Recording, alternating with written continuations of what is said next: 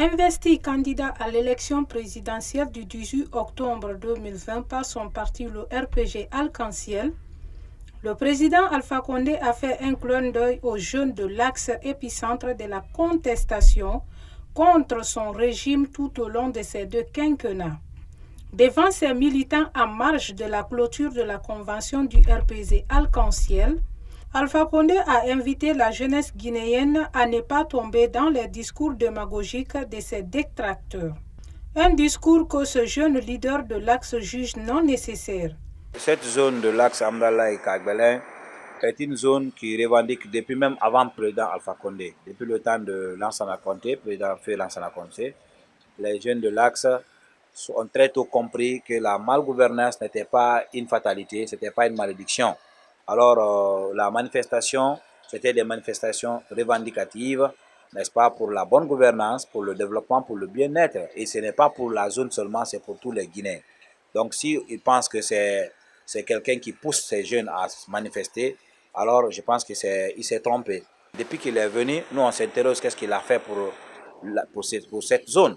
Vous prenez des Ambala jusqu'à Kagbelin, vous ne trouverez que des gendarmeries et des CMIS. Dans le même discours, le président Alpha Condé a lancé des piques contre les anciens premiers ministres guinéens. Pour lui, les leaders politiques de l'opposition incitent les jeunes de l'axe Hamdallah, Bambeto Koza à la violence, une allégation que rejette en bloc ce jeune habitant de l'axe.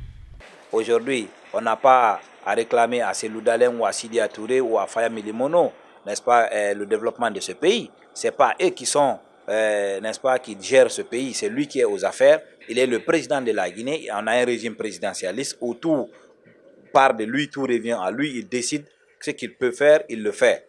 Mais ce n'est pas étonnant. Kankan est en train de manifester aujourd'hui. C'est une zone, c'est son fief historique. Il revendique quoi? C'est la même chose que l'axe revendique. C'est la bonne gouvernance, l'emploi. Alors, le président Alpha Condé devrait cesser des discours divisionnistes. La Guinée, l'axe n'est pas un autre pays. C'est une partie de la Guinée. Il est le président de tous les Guinéens. J'attendais de lui un discours, des discours rassembleurs. Mais depuis qu'il vient, il ne jette que l'anathème sur cette zone. Alors, moi, je profite pour l'inviter à changer son discours parce que ce n'est pas que des loupards, comme il l'a souvent dit, ou des drogués qui sont dans cette zone. Il y a des personnes réfléchies. Et est-ce qu'il a tendu la main, n'est-ce pas, à cette zone?